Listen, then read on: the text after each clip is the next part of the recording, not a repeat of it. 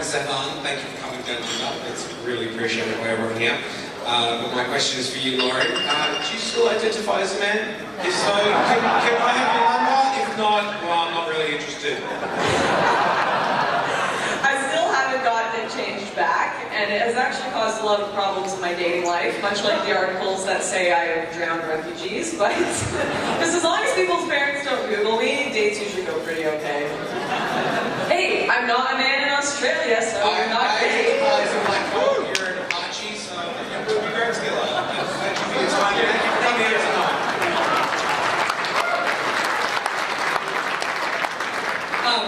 Good evening.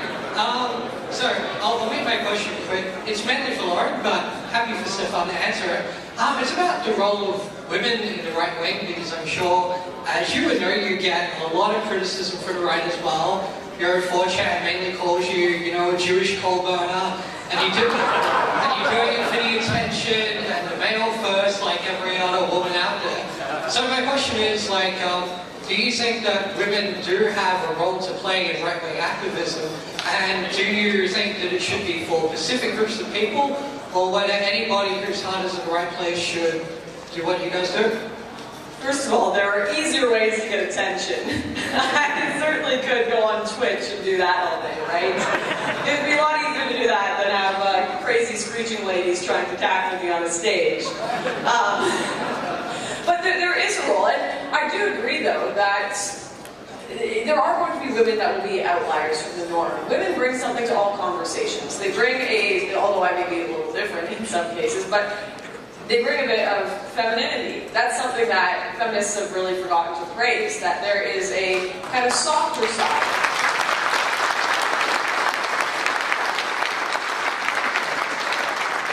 There's a softer side of conversations. There's a human side of conversations that need to happen. When we are facing extreme threats to our civilization, men are going to be the ones that will say, all right, we are going to cut the conversation. This is just going to be serious facts, not consider the human side. And women will consider the human side. And that is so important to children's development. That is so important to making sure a society functions properly. So you have to have both. Men and women both have roles to play in all of our society and in our political debates as well. You want to contribute to that? No, I would just say we've got to be careful of, to me, the term right-wing activism, the left has done a pretty good job of owning the term right-wing, like far-right, alt-right, extreme right-wing, because Nazi is apparently just tough to type. So, I would just say, focusing on the truth, focusing on facts, reason and evidence, philosophically speaking and so on, the moment they can categorize you, you're kind of half lost because you got to kind of climb out of that hole, so that would be my suggestion, just about the terminology as a whole. So that's the only thing I wanted to add to that.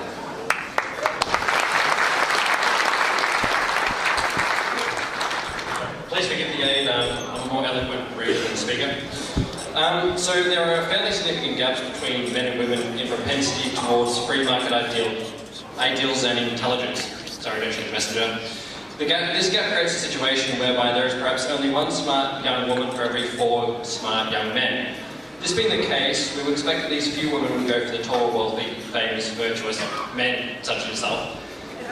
Given that there are simply not enough women to go around with these ideals, what advice would you give to men such as my friend?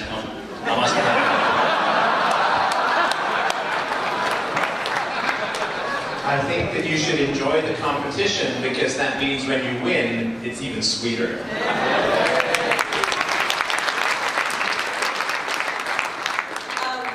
I would also say to that women, not always, there are outliers. I have to specify this because the media here, I made a comment that women on average don't really like being CEOs, and next thing you know, News.au is publishing, Lauren says women are not psychologically prepared to be in any leadership positions. I was like, oh, okay, that's great, so I have to be careful what I say here. But a lot of women, they aren't so interested in politics. It's not what we are interested in on whole.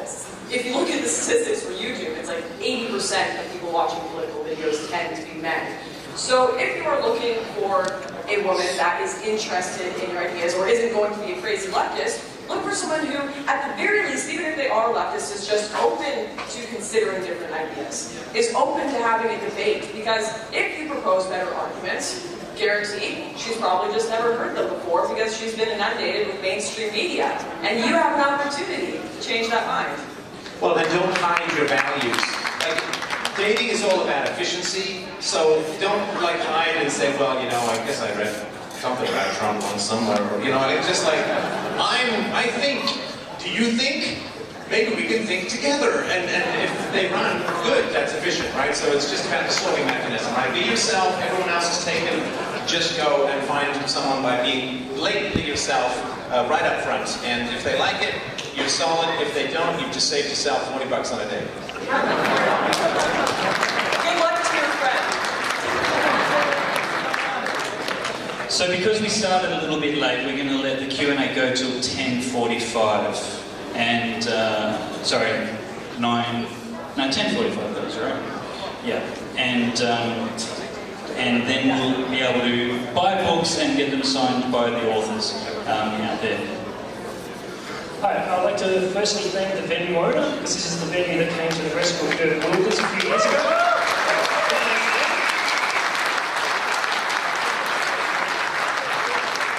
Let me add to that he came to our rescue too.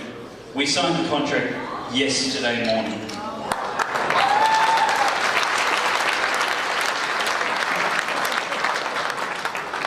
So he's an Iraqi.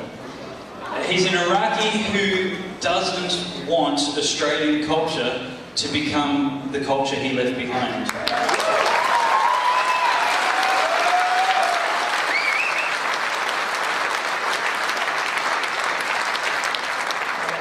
Now, the actual question is there a single thing in your mind which is the end of words and the start of swords in terms of government oppression or changes of culture? At what point do you say, no, that's it, done talking, it's over, you're gone?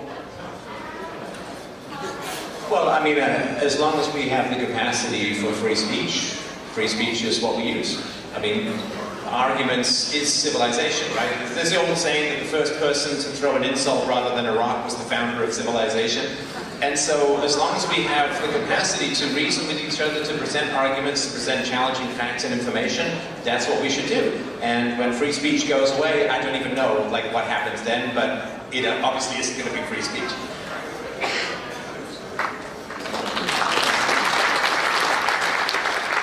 Hello, g'day, Stefan.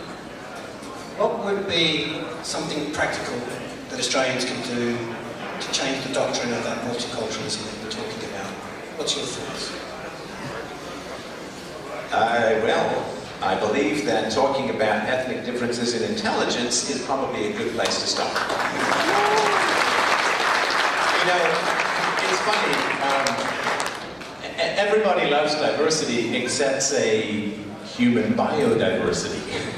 Suddenly then diversity is not a strength. That is an important question, because if they can convince you that everyone is the same, then if you say, well, maybe we'll have this and not this, then it just looks like prejudice, right? But if you have sort of reasoned arguments behind as to why you may want to change immigration policies, well, you have a reasoned case, and you can, you know, people will get mad at you and so on, but if it's just sort of a vague feeling of in-group preference and just, you know, easy to portray you as bigoted, so, you know, just challenge people who are science deniers and say, look, these are the facts of human biodiversity as far as they're known.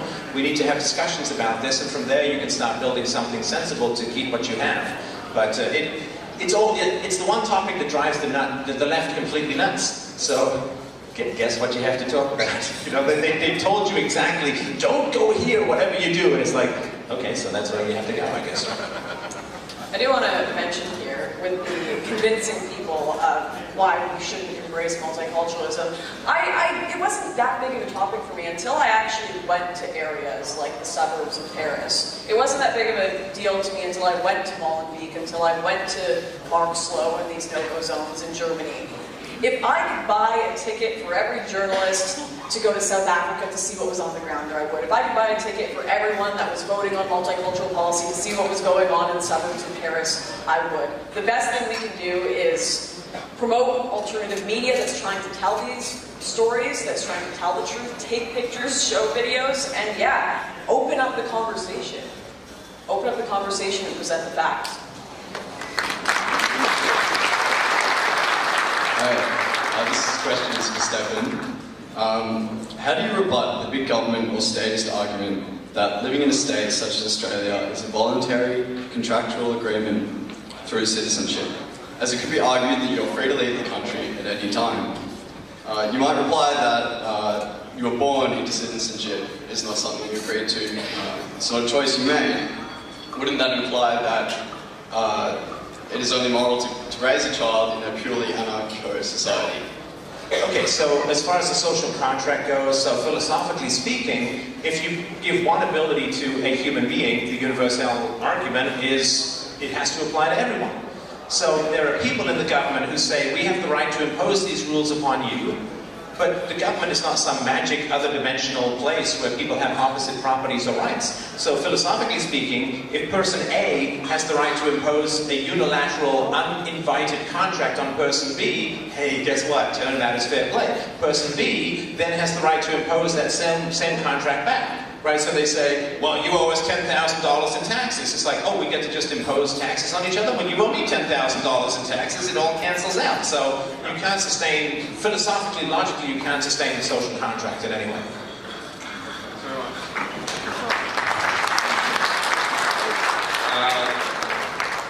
It's my first time talking to a microphone. So, yeah. All right, so Stefan, my question is directed to you specifically.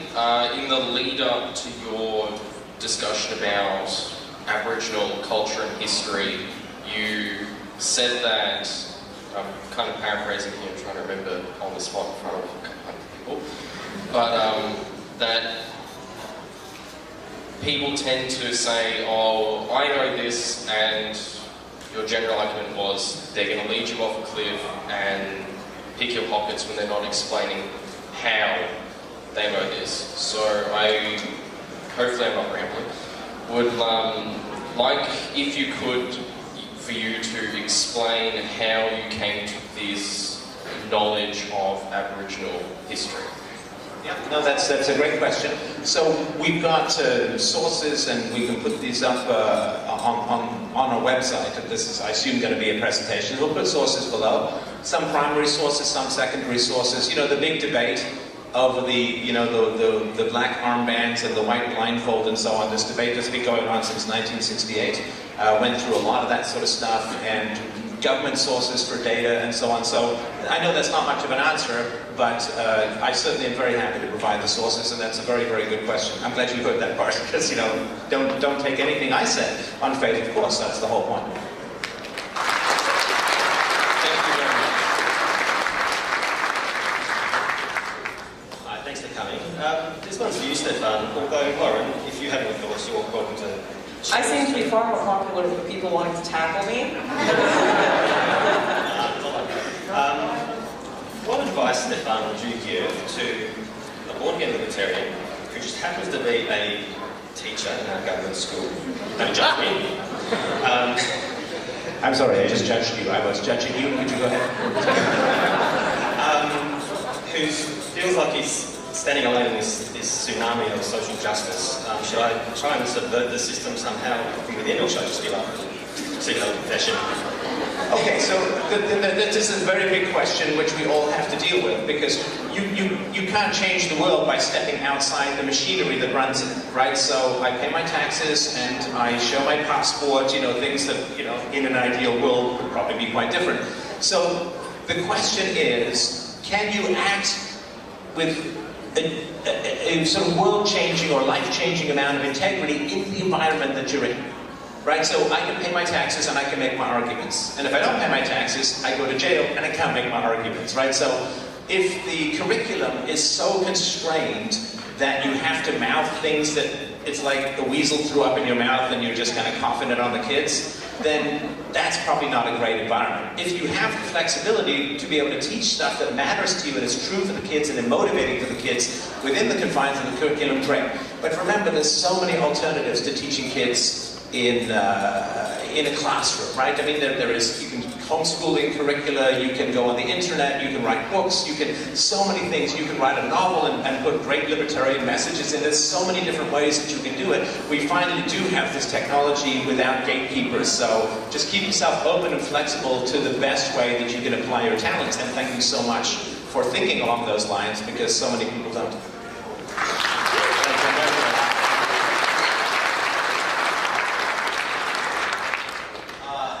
Daddy, oh sorry, Stefan, you might commiserate with the fact that as a gay man, I'm told to respect those who came before me, people who fought in Stonewall or whatever, who say you must educate yourself, and therefore Lauren, as an attack helicopter, what's your sexual orientation? It gets very complicated. No, I've lost nights of sleep on this. Please, educate me as a gay man who must learn from those who have broken the ground before me. No, seriously. Those who come before me and take stances like you do. Well, there are certain kinds of tanks and submarines that I'm having conversations with here and there. The Tinder phrase is quite a wild outfit. But no, seriously, the whole attack helicopter thing, all of that was such a fun age. The beginning of all this social justice stuff, being able to tell people I'm legally a man and have them screech. It seems like things have gotten a little more dark since then. They're actually pushing over buses. We could actually have a remote conversation with the left, but when we started using their tactics against them, when we started identifying as attack helicopters, once we started showing how ridiculous their arguments were, they just went straight to violence. And unfortunately, it's like, we can't have that same fun anymore with it. In these communities we can, but they're not engaging with us. I look forward, or I lament those days where I could just call. It was all fun and games. Attack helicopter, yeah. It was all fun and games till we started becoming effective. Yes, exactly. A little less fun, but more exciting. Thank you, though. I'd just like to say, what I'd like to think is that in a space like this, we can still have fun about that. With people who aren't throwing rocks, yes, you can. LGBTQ attack helicopter. We're going to get to the next question. Hi. My question is mostly for Stefan Molyneux. During the Obama presidency, I believe you and many other libertarians, you warned about a debt crisis in America, like the decades of unfunded liabilities and growing debt. Do you believe there will be an economic collapse under Donald Trump? And if it does happen, how would we avoid the perception that Donald Trump is responsible for it, when in reality it's mostly as a result of Obama's policies? But even before Obama, it's something that's been building since the Reagan years. Yeah, that's my question. Well, yeah, I mean, so if they fail at this whole Russian collusion fable, then it seems quite likely that central banks and so on will probably try to trigger some kind of crash so that they can blame Donald Trump and try and change the political leadership back towards this crazy stuff that was going on under Obama. So mathematically, that which cannot continue will not continue. And the current trajectory of all Western countries towards unfathomable, unsustainable levels of debt, history shows repeatedly. Ancient Rome, revolutionary France, Weimar Republic of Germany. It happens every single time. So don't be fooled by the calm before the storm. Make good preparations. As I say, prepare yourself accordingly. And I've got a bunch of videos on that. But yeah, of course, every time something goes wrong, they blame the free market. And every time the free market survives, they praise the government. That's just the way that these lunatics work. And we just have to keep getting the message out there so that when a crisis does hit, we identify the proper culprit, which is force, the government, the coercion. That is the problem. Yeah, would you agree, as much as I love Donald Trump for his anti-political correctness, I would actually prefer something like Ron Paul's economic policies. Would you agree with that? Absolutely, yeah. I mean, Donald Trump is a populist, which means that he's half a leader and half a follower. And there's pluses and minuses to all of that. The follower part got him into the White House. The leader part buys us maybe half a generation to fix things or find another solution. But Ron Paul, I mean, his critique of Federal Reserve, his critique of central banking, his critique of government control of interest rates is all flawless and fantastic. But I don't think he'd get very far, in American politics, because very few people understand that stuff. We've got about 20 minutes left. I dare say there's no point joining the queue if you're not already in it. Hopefully we can get through those who are, so. Yeah, hi. My question's for Stefan. You talked a lot about truth in your talk, but also the virtue of doubt and science. There were a lot of fools outside, but for years it could be said that there have been similar Puritanism patterns in the scientific community with kind of your, within the skeptic community and like libertarianist reductionist types. Some key members in the Dawkins Foundation have been known examples. So my question would be, when you have an educated field like that and they kind of sit upon an ivory tower that seems unassailable, how do we keep the virtues of science and progress alive when the foundations itself are being attacked by a form of corruption within that don't allow for that kind of progress? Like Dean Radin and Rupert Sheldrake have effectively lost a lot of their career because they approach taboo subjects and they just get isolated and removed. So how would we deal with that? And to Lauren quickly, would that be something that journalists like you would cover in the future? Thanks. So science needs to be returned to serving the people. Because right now, science is serving the government, because the government is paying the bills for science, and there's huge amounts of funding available for governments scientists who toe the government line. Science needs to be returned to serving the people, to serving what benefits the people, not what benefits the bureaucrats and what benefits politically correct obfuscation and pursuit of inconsequentiality. And the only way to do that is to take government funding out of science so that, I answer to the people, which is why as a philosopher I come and talk and do call-in shows, and I try to bring philosophy to the service of the people. And if you've not experienced that as a government scientist, it's really hard to even know what that means. So science has got this weird ivory tower because it's been disconnected from market forces from having to serve the people who are actually forced to fund it. So returning science to the market will turn scientists into the beneficiaries of humanity and genuine pursuers of truth rather than propagandists, which they so often are at the moment. Yes, as for covering that in the future, there are a ton of topics that I would love to cover, that I would love to do. But right now, most of my focus is on these behemoths of questions of identity, because I think that is where the real civil wars are going to come. This is where the bloodshed is going to come from. This is where I hope we can avoid the pile of bodies if we address these questions now. So a lot of my efforts are going to these questions of identity, but that would be something that I would still love to look into later. Okay, thanks. This is for you, Lauren. When I was watching the documentary Farmlands, a lot of people were pretty terrified to speak openly and honestly. But even then they had to put their faces out there. I was wondering, do you keep in touch with any of those, and do you know if they face any consequences for speaking out in your documentary? Yeah, I do keep in touch with a lot of the people from South Africa. One of the points in the documentary, there's a group chat that goes up with the Boer Farm Watch, and it shows some videos and some audio clips, and it honestly, it pains me to open up that group chat sometimes, because you can only take so much. You can only read so much. And the fact that it pains me, I am so far removed. I am gone from South Africa. I got to leave that country, and I can barely open up some of the group chats that they're in, because every single day there's a picture of one of the farmers in the chat with his hand all mangled up. Someone's died. I've never gotten a worse message than I did on Father's Day. That morning I got a message from the farmers, and they said there had been 5 attacks that night, and that they would love to spend time with their families, and it would be lovely to just calm down, and that they were very vulnerable that day because the attackers knew they would be laying low, they wouldn't be be with the weapons, they wouldn't be alert, they would be spending time with their families. So that message said, we've lost a lot of people this week, but everyone stay vigilant today. And it's just heartbreaking. Yes, I'm still in contact with people there, and I just hope that people understand that Farmlands is not just a movie, it's not just a video on a screen. These are real people, and they're still suffering through this every day. It's getting worse.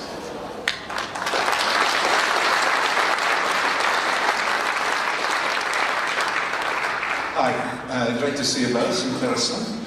I just got a question probably to both of you, but Stefan, you spoke about Aboriginal culture and the children which were killed by tribesmen. Now, that created a decline, I suppose, in population. I couldn't sort of help thinking of parallels with European decline in population and abortion. Now, I'm not coming from any religious perspective, I'm curious. So what's your view on abortion and demographics and general decline in European population? Well, nice and easy one. I think the answer is 42. Is that ring the bell with anyone? So, abortion, I think, is horrifying and horrible, and it is the destruction of a life. I'm not a big fan of government solutions because it's a violation of the non-aggression principle and stuff I've talked about before. The solution, if there's no welfare state, then people have to be more careful who they have sex with. If people are in a monogamous, committed relationship when they have unprotected sex, then the baby has the best chance to grow up in a healthy environment. And if a woman gets pregnant outside of wedlock and doesn't want to raise the child, then she should be able to be paid for giving birth to the baby to couples who want children. That way you get to keep a life and satisfy the woman's desire to not have the baby and satisfy another couple's desire to raise a baby. And the fact that the government blocks all of this is kind of sinister, I think.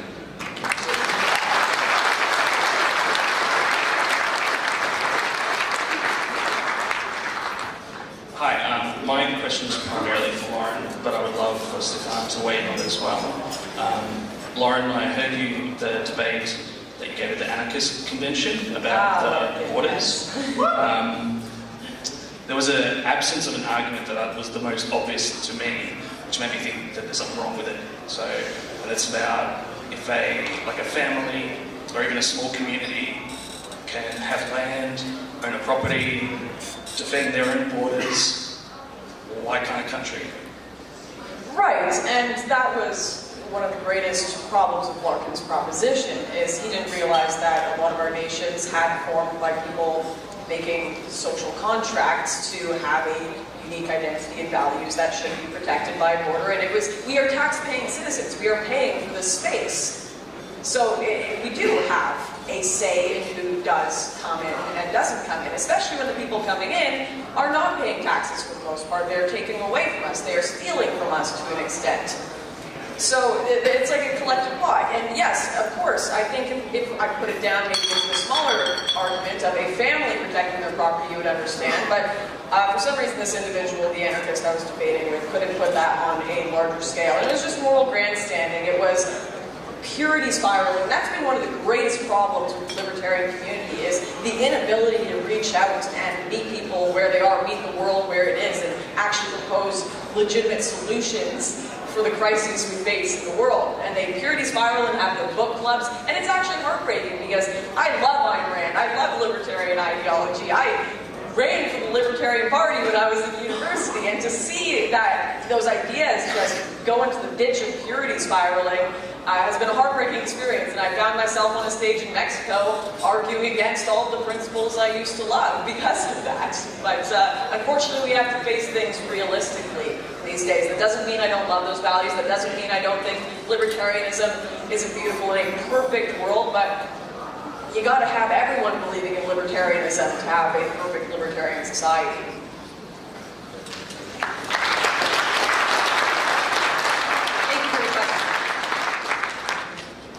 Hi guys, I'm from South Africa. I'd like to say thank you to both of you for speaking out about the battle.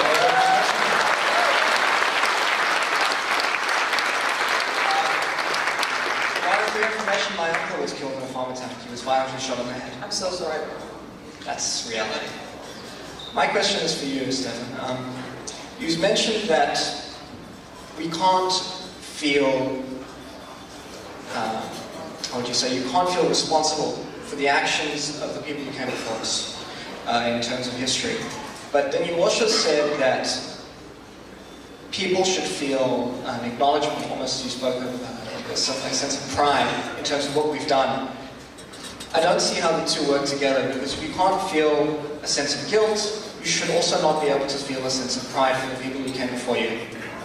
Okay, no, that's a great point, and I'm sorry that I wasn't clearer about that. So let's say you have a grandfather who painted wonderful paintings, beautiful paintings. Does that mean you're a great painter? No, but seeing that ability may inspire you to become a great painter.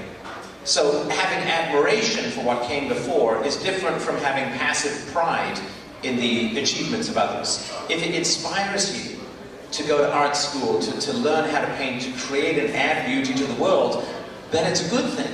But if you're told, well, he was a good painter, he was a great painter, but he was a terrible human being, and he did this and he did that, and then you may turn away from all of that, and you've lost something very important that can inspire you. So I can't take pride in something that I didn't earn or achieve myself, but I can be inspired by that achievement to add to the beauty of the world, and that's what I was trying to get at, if that makes sense.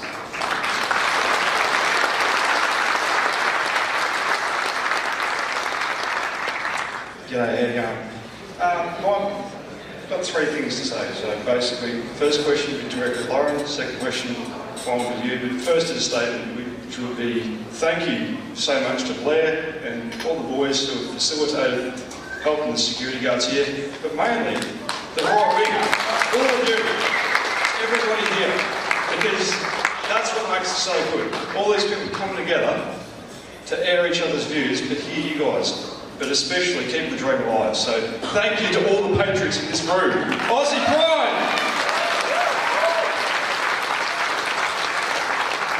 First question to Lauren, and then second to Stefan.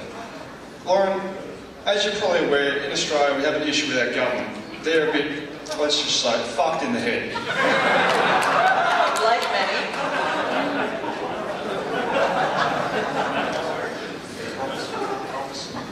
Am I swearing? But they are a little bit, how you going? What I'm saying is, we've got, what's going on in Australia, you're probably a little bit aware, is we're giving foreign aid to countries like Indonesia.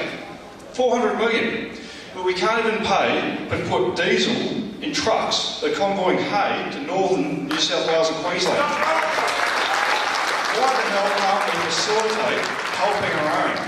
The government won't even give us cheaper diesel, or even just a tax write-off for the truck drivers who are doing anything, their trucks, their time, and away from their families to try and help others. There's farmers that are out there giving their own hay, donating from these trucks. People I know personally have been on these convoys. Brendan Farrell should be Australian of the Year. He's been going out there, 13 hay runs, helping farmers for 10 years. But the government won't give out $1 or even excise on diesel taxes to help out, to facilitate helping our own. But they will give 400 million to foreign aid, for what? A country that hates us? I would really like to know your personal insight on what we could do to change the way of our government. It's infuriating. It is an absolute betrayal of the people by our governments. It's happening in every Western country right now. And what it is it's this bizarre belief that it is somehow more moral or a better thing to do to help someone outside your own community. It's like a bragging rights thing, and that's what's so infuriating. I helped the Syrian refugees. Why didn't you help the man that's homeless right on your doorstep? Why didn't you help those who are poor in your neighborhood? Why? Because that doesn't make for great Instagram photos. That doesn't make for great bragging rights in politics and government. It's all a game to them. And that's what's so infuriating is these are people's lives. These are your community. This is your country. This is your nation. And you are giving it up, and you are giving up their money for bragging rights, for political games. And it's infuriating. And the amount of foreign aid that we're giving away to other countries, that is taxpayers' money. And I truly believe if taxpayers were more informed, if the public were more informed about how much is being given away for no reason, I mean, there was millions of dollars given away to fight, this is by the Canadian government, to fight climate change in Africa? Like, they are contributing that much to the, it just makes no sense. So the way we can fight this is, once again, I have to say, through alternative media, through speaking up and showing how the people are being portrayed, showing how much poverty is still in your own nation, showing how many people still need to be helped, and hopefully people can go to the polls and vote for their own rights, as they did in America. That's what I said in my speech. There is a possibility to change it, and it's going to be through free speech. It's going to be through open inquiry. And the other thing I mentioned too, push back against this idea that the first world is rich because it stole from the third world. You know, that there's only so much money, and if I have $2 and you have $1, I must have stolen that buck from you. Because if there is this general idea that the third world is poor because the first world stole from it, then you could make the moral case that you have to give them foreign aid to give the money back that was stolen, like you steal someone's car, you got to give it back. This idea that there's a fixed amount of wealth in the world, and it just goes against history, it goes against the reality. If I write a song, I haven't stolen from someone, the world's just up one song, and I don't owe royalties to everyone who failed to write a good song. It's just ridiculous. I also want to add that with this savior complex that we have, we tend to fail in it a lot as well. You look at Tom's shoes, for example, they said, oh, for every shoe you buy, we're going to give another pair to a kid in Africa. What that did was that shut down all of the people that have their own shoe stores in Africa. This savior complex almost always backfires. We're dropping food from the sky into these communities, and we're creating a bubble where if we no longer airdrop food to them, they're not going to be able to sustain themselves. It's going to collapse. So not only are we ignoring our people at home, we are not even remotely helping. We are destroying the communities abroad.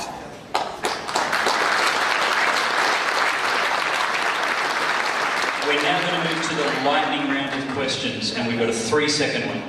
What happened to the emu in the start versus the train? Because where I'm from, emus don't win. That's the logical problem you had with that story. Okay, 5 minutes left. Just a quick general question for both of you. Just wondering, how is it that the left get away with referring us to Nazis when freedom of speech, free market are tenets that largely drives what we do? Well, so a Nazi is a shorthand for the most scary thing in existence. And for people who become dependent on the state, freedom is terrifying.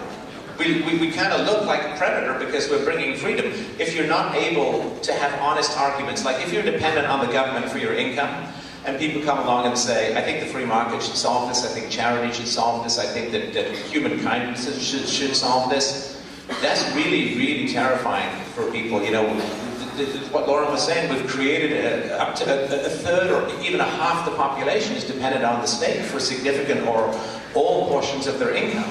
And they have adapted to that environment, and so they just use words to describe us as the most terrifying thing because they now have become dependent to the point where freedom has become a predator, and this is the great danger that we're all going to end up to blows over this stuff when freedom can solve it all.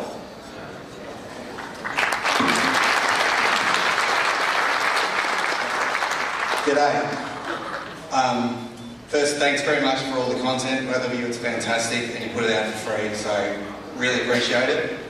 I have a really long question about university preferable behaviour. I'll skip it because we're running out of time. I'll put it on your forum. If you can answer it, that'd be awesome. So I'll do the quick one. Do you think culture is downstream from race? Either of you.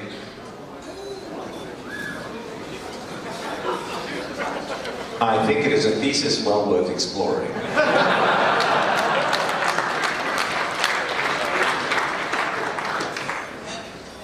That's the thing. There's all these questions that I get asked that I'm not an expert. For example, questions of race and IQ.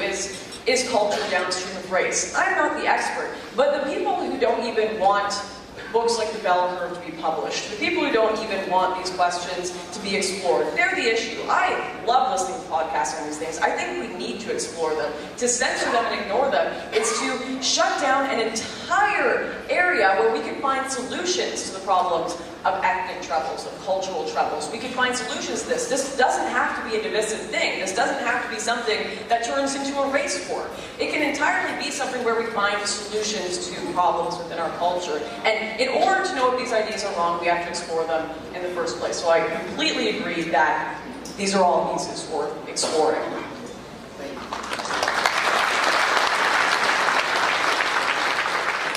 Hi, Saskia Larchon with The Unshackled. We're alternative media in the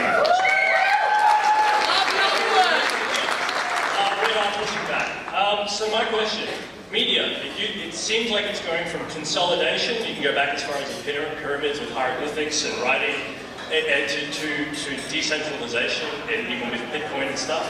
Practical, philosophically, where do you think media is going? Wait, you're part of the old media, right?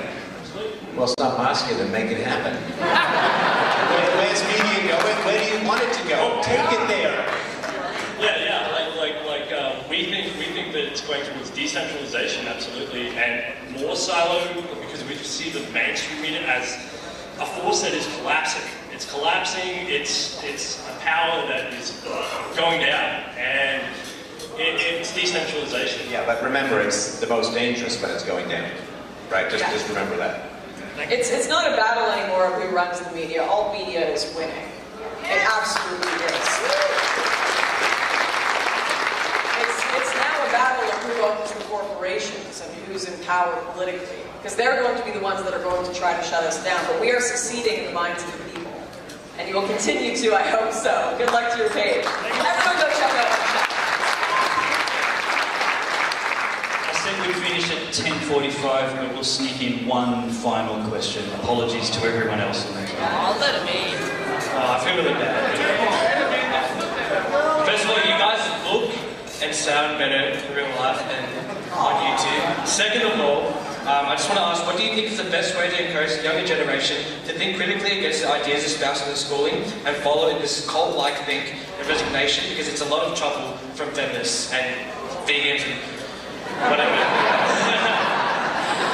I actually think that our enemies, the enemies of free speech and the enemies of open inquiry, have been the best argument and the best drawers of young people to our ideas. Gen Z is probably the most right-wing generation in the last while.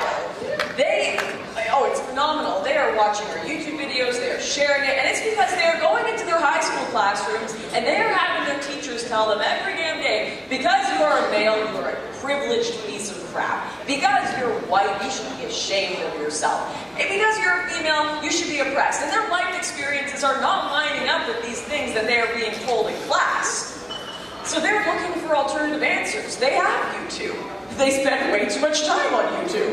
And they're finding us. They're finding alternative media, and they're teachers that are just spreading these nonsensical ideas and telling them that they're not just terrible for being white, terrible for being male, privileged pieces of crap, but they're not allowed to have or propose alternative opinions. They are pushing the young people to alt media, and if they continue doing this, if they continue their insane screaming and throwing of objects and period blood art, if they continue